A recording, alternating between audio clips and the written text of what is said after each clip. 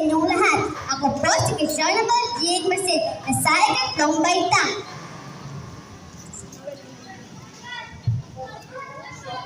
Ang paramula ng mga posporo, katha ni Nigel, Loren at Pianoche. Isa, sa dulo ng isang tahimik na kahuyan, may isang payak na bahay kubo. Sa kusina ng bahay kubo ay may isang maliit na kahon ng posporo.